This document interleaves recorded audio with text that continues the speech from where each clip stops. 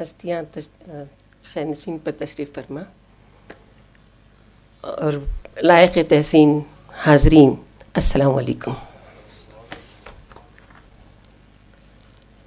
वो एक अजीब दोपहर थी। तमाम मामलात हसब मामूल वक्त की गिरफ्त से आज़ाद हो रहे थे कि टेलीफ़ोन की घंटी बजी।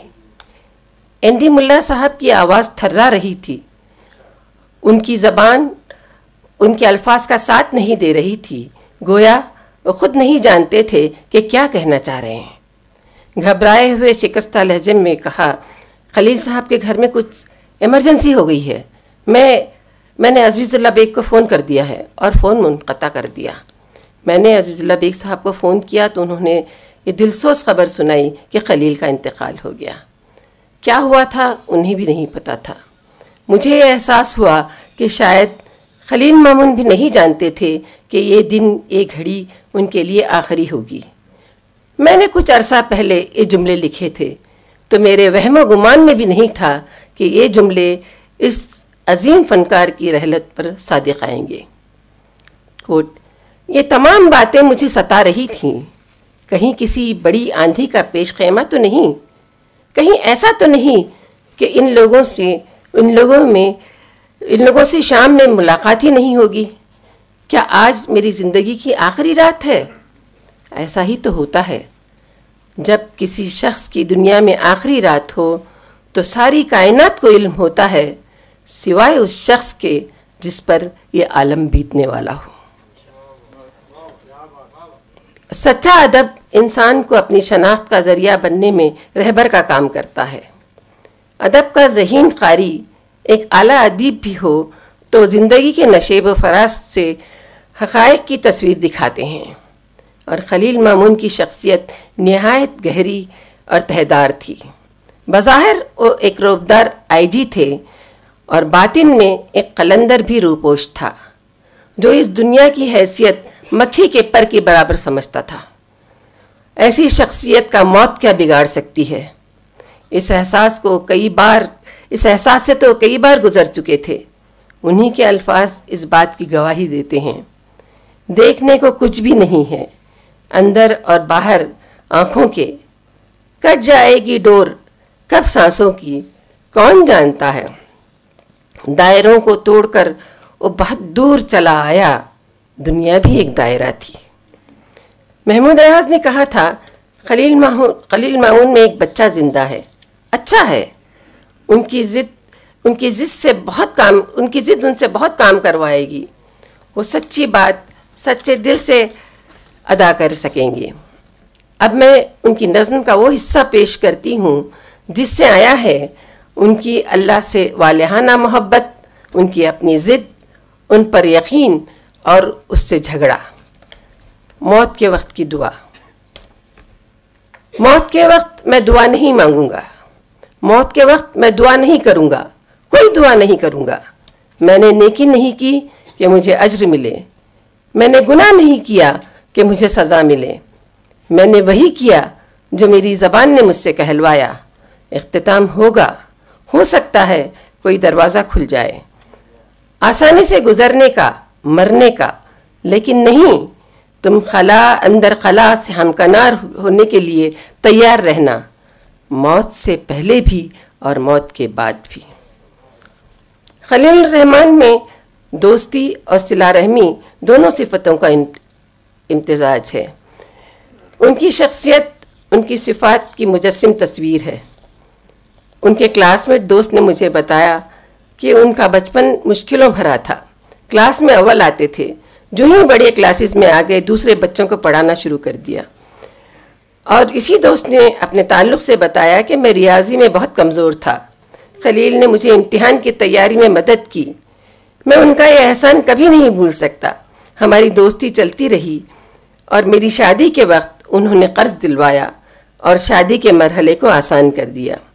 उन्होंने इस बात पर भी मोहर लगाई कि फ़नून लतीफ़ा से खलील मामून को हमेशा ही दिलचस्पी रही। मज़ामीन अच्छे लिखा करते थे, गाने का शौक़ था, मौसीक़ी से भी बहुत दिलचस्पी थी और अदाकारी का भी शौक़ था। ये भी बताया कि उन्हें आज तक याद है कि एक बार क्लास में बहुत अच्छा मोनो एक्ट किया था। उस्ताद ने कुछ रुपए इनाम में भी दिए थे। मैंने भी खलील मामून के ज़बानी कई बातें सुनी। जब उन्होंने अपनी खुद नविश्त लिखना शुरू किया, वो अंग्रेज़ी में लिख रहे थे, क्योंकि उस वक्त वो उर्दू टाइपिंग नहीं करते थे। लैपटॉप पर लिखना शुरू किया, लेकिन मालूम नहीं कितने सफ़ात लिखे। इतना याद है कि अपनी दादी से मोहब्बत का बहुत जिक्र किया करते थे और कहा, अब मेरी हिम्मत जवाब दे गई, मैं इस कर्ज को दोहराना नहीं चाहता। और शायद वो सिलसिला वहीं रुक गया। अपने अहदे पर फायज होने के बाद भी उनके मिजाज में दोस्ती और सिला रहमी का जज्बा कायम रहा। कई बार अपने जूनियर स्टाफ की कमज़ोरियों को माफ़ कर दिया, कई लोगों को इनामात दिलवाए। खैर, ये बातें तो उनके दोस्त ज़्यादा बेहतर अंदाज से बयान कर सकेंगे। मेरे दिल में इन्हीं बातों की वजह से उनके लिए एहतराम का जज्बा जागा था। ऑल इंडिया उर्दू मंच तंजीम को रजिस्टर करवाया। सैयद खादरी गुलबर्गा को सदर, मोही को सेक्रेटरी और मैं खाजिन थी। अज़ुल्ला बेग साहब और गुलबर्गा के एक जनाब मकबूल ट्रस्टी थे। एकेडमी के तहलील होने के बाद हिम्मत नहीं हारी। आलमी कॉन्फ्रेंस का नक्शा बन चुका था, बल्कि कई अदब नवाजों को ज़बानी मदऊ भी कर चुके थे।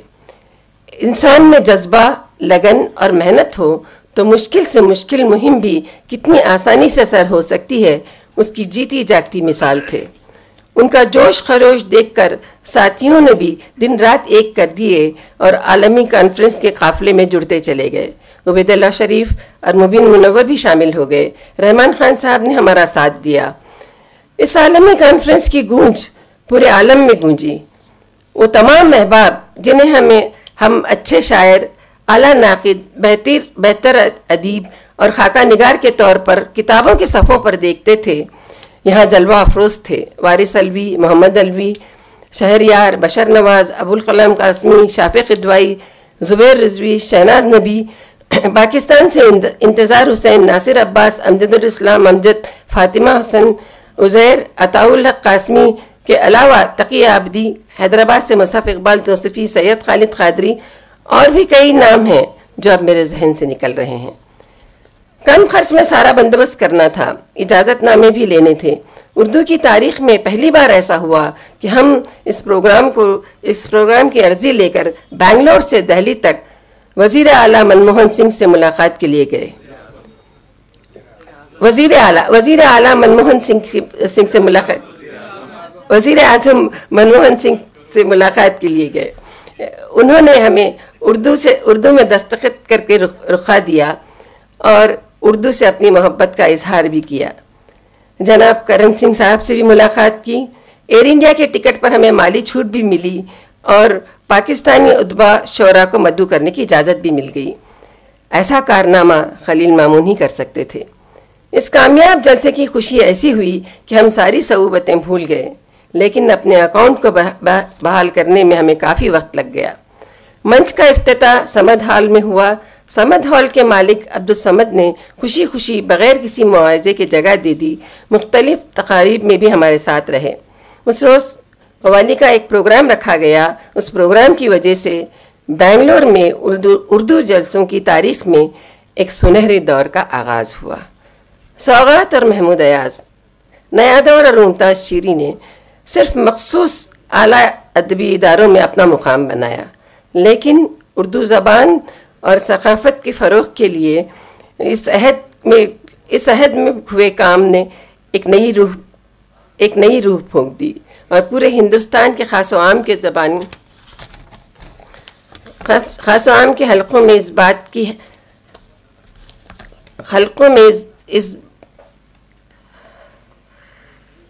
बात से हैरत हुई कि बेंगलोर में भी लोग उर्दू के दिलदादा हैं और वो काम कर रहे हैं जो इन मुकामात पर नहीं हो सके। जो ये काम उन मुकामात पर भी नहीं हो सका जो उर्दू के मराकज़ रहे। खलील मामून एक पारिक थे। उर्दू जवाहरात की परख रखते थे, ख्वाह वो किसी भी इलाके के क्यों ना हो। उनकी किताब तासुरात में इस अदबी परख की खूबी खुलकर सामने आती है।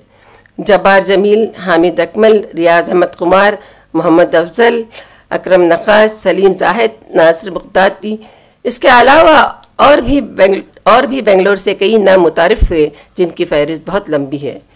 शेरी और अदबी नशिस्त का माहाना एक सिलसिला शुरू किया जो सुल्ताना बेगम की होटल में मुनक़द होती थी। अनवर दाग, सरदार अयाक, रियाज अहमद कुमार और दूसरों के एजाज़ में भी खुसूसी प्रोग्राम किए गए। उन्हें तहनीत दी। इन नशिस्तों में हमारे शहर के काफ़ी उद्बा और शोरा दिलचस्पी से हिस्सा लेते थे और कई ख़लमकारों को अपने मज़ामीन और कहानियाँ सुनाने का मौका भी मिला, जिसमें डॉक्टर ज़ुबैदा बेगम, डॉक्टर हलीमा फिरदौस, डॉक्टर महनूर ज़मानी, फरीदा रहमतुल्लाह, सलमा सनम, फयाज़ कुरैशी, ज़िया कर्नाटकी और नए लिखने वाले भी अपने तख्लीक़ात लेकर शामिल होते थे। मौसीकी और उर्दू, पेंटिंग और उर्दू के तमाम असनाफ का ख्याल रखते हुए प्रोग्राम्स करवाए और कामयाब आर्ट एग्जीबिशन करवाया। मैसूर के आर्टिस्ट से क्लासिक शोरा और रुतबा की पेंटिंग्स बनाई गई। मौसीकी में अकबर यूसुफ़ी को मौका दिया और उनकी आवाज़ और अंदाज को एक नई जहत मिली। इस प्रोग्राम के लिए गज़ल का इंतखाब वो खुद करते और इस ज़िम्न में मिलनसार अतहर साहब से भी मशवरा करते, बल्कि शोरा का तारुफ और गज़ल की तारीख़ मिलनसार अतहर अपने अंदाज में करते। इसके बाद गज़ल सराई का आगाज़ होता, जिससे नाजरीन लुत्फ़ अंदोज़ होते। काफ़ी दिनों तक ये सिलसिला जारी रहा। इन्हीं दिनों H.S. शिवप्रकाश का लिखा ड्रामा भी पेश किया गया। अदब की खिदमत करने का कोई मौका खलील मामून ने हाथ से जाने नहीं दिया। पोस्ट कॉलोनियल में अदीबों की जहनी कैफियत और हालात मुख्तलिफ थे। मुनफरिद और नई बातों का सामना भी था। लोग अभी तक तक़सीम हिंद का सानहा नहीं भूले थे। तरक्की पसंद तहरीक उरूज पर थी। अदीबों के जहनों पर तक़सीम के गहरे असरात मुरतब हुए। हिंदुस्तान ही में नहीं बल्कि दूसरी जंग अज़ीम तक दुनिया के कई ममालिक इन्हीं तफरीक़ात में बिगड़ने और बनने के अमल से गुजर रहे थे। हर इंसान की याददाश्त पर इन हवादिस के मनाजिर निस्फ सदी तक सब्त रहे। इन हालात में एक ही मौजू का अलग अलग ढंग से अदब का हिस्सा बनना एक फितरी अमल था। मगरिब में फ़लसफ़ा और मॉडर्निज़म ने जगह ली और पुरानी तहरीक को आहिस्ता आहिस्ता पीछे हटाना शुरू किया और इस तरह जदीद अदब मगरबी एशियाई ममालिक का हिस्सा बनता चला गया। अंग्रेज़ी ज़बान का फ़रोग़ इसी दौर की देन है। उर्दू ज़बान में तर्जुमों का आगाज़ हुआ और बहुत जल्द नई आवाज़ें, नई असनाफ कई ज़बानों का हिस्सा बने। बेंगलोर में नया दौर ने हलचल मचा दी। मुमताज़ शीरें के साथ आगे बढ़ती हुई आवाज़ महमूद अयाज़ की थी, जिसने नई इस्तिलाहात और नए मौज़ूआत, नए असनाफ उर्दू खारी को रोशनास करवाया। खलील मामून ने अदब के हवाले से इस काम को बखूबी आगे बढ़ाया। पहले उर्दू के शहदाई महमूद अयाज़ से मिलने बेंगलोर आते थे, जिनमें गोपीचंद नारंग, शमसुर रहमान फारूकी, साखी फारूकी के अलावा पाकिस्तान, लंदन, अमेरिका से भी लोग इनको ढूंढते हुए आ जाते थे। महमूद अयाज़ के बाद खलील मामून ने इस खला को बड़ी खुशरूबी से पुर किया। अब हिंदुस्तान ही नहीं बल्कि आलमी अदब के कलमकार हो के खारी खलील मामून से मिलने की तमन्ना करते और आकर मिलते थे। हमने मंच के ज़रिए राजभवन में दाखिला लिया और उर्दू के चाहने वालों ने पहली बार राजभवन में गवर्नर श्री राज भारद्वाज के साथ चाय पी और जलसों का लुत्फ़ लिया। आज के इस मौके पर खलील मामून की शख्सियत का मुकम्मल अहाता करना मुमकिन नहीं, फिर भी कुछ अहम बातों का इजहार करना चाहती हूँ। खलील मामून जूं जदीदियत और माबाद जदीदियत की तहरीक से मुतारिफ हुए, उन्होंने H.S. शिवप्रकाश का अंग्रेज़ी में एक बेहतरीन लेक्चर रखवाया। नया अदब में रद्द तश्कील का मुताला पर शाफ़े खिदवाई से मज़ामीन शाया किए। जहाँ तक तराजिम का ताल्लुक़ है, तराजिम में उन्हें शुरू से ही दिलचस्पी रही और यही बात उनके तख्लीक के जौहर का असासा बनी। इससे पहले इसके वसीले से उन्होंने अपने इल्म में इजाफ़ा किया और सामईन और क़ारीन तक नई बातें पहुँचाई। कई ज़बानों के अदब से मुतारिफ़ करवाया। खलील मामून में दोस्तों से बेइंतहा मोहब्बत थी, उसके लिए कुछ भी कर गुजरते थे, उनकी ख्वाहिशों का एहतराम करते। महमूद हाशमी और फुज़ैल जाफरी की किताबें छपवाई। मेहमान नवाजी का पूरा ख्याल रखते, लेकिन अक्सर इंटेलेक्चुअल के साथ ये मसला रहा कि उनकी तबीयत अज़दाद से खाली नहीं होती। खलील मामून भी एक हालत में सब्र करते और दूसरी हालत में बग़ैर सोचे समझे फ़ौरन फैसला सादिर कर देते, चाहे वो सही हो कि गलत, अच्छा हो कि बुरा। नतीजे में जिस इमारत को बनाने में मेहनत और वक्त लगाते, उसे अपनी अना और ज़िद की वजह से एक लख्त मस्मार कर देते।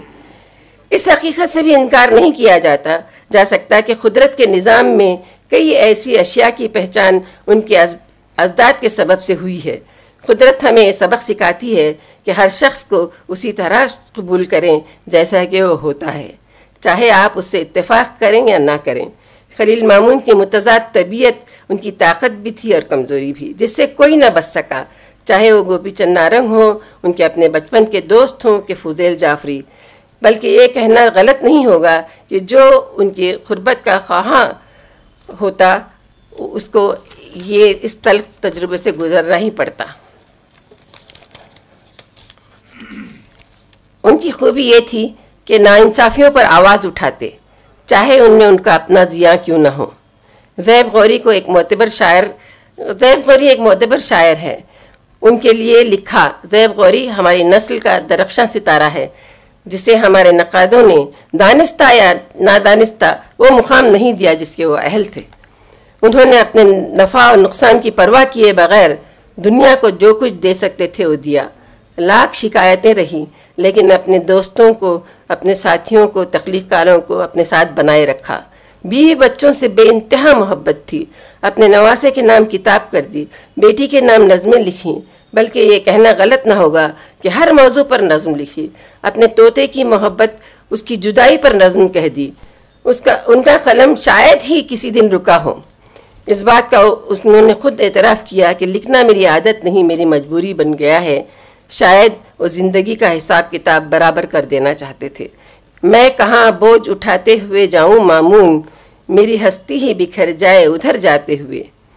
इस कायनात में हर जी रूह बामकसद होता है और इंसान कुदरत का महबूब तरीन जौहर है। इसीलिए जब भी कोई इस दुनिया को छोड़ जाता है तो सिर्फ दुनिया खसारे में नहीं रहती, बल्कि कायनात का खसारा होता है। अख्तर इलिमान ने ठीक ही कहा था, रात दिन हमने जमा किए तो खसारा बैठा। इस खसारे के बावजूद ये कहूँ तो गलत ना होगा कि आपने अच्छा वक्त गुजारा कि बुरा, सही किया कि गलत, जीने के लिए लाख जतन किए होंगे। ये तो सब हर बशर को करना लाजमी है। फ़नून लतीफ़ा का अपना एक मुकाम है। वो सबसे अलग अपने सजाए गए दरबार में आने की दावत देता है। सच्चा तख्लीक़कार अपनी तमाम परेशानियों, मुश्किलात और तबीयत की कमज़ोरियों के बावजूद अदब से अपनी वफ़ादारी पूरे खुलूस से निभाता है। अगर फ़नकार ऐसी तड़प रखता है कि बग़ैर फ़न के उसे सांस लेना मुश्किल हो जाए, तो ये दरबार उसे अपनी बाहें पसारे कबूल करता है और कायनात में वो मुकाम अता करता है कि वो ज़िंदा जावेद हो जाए। इस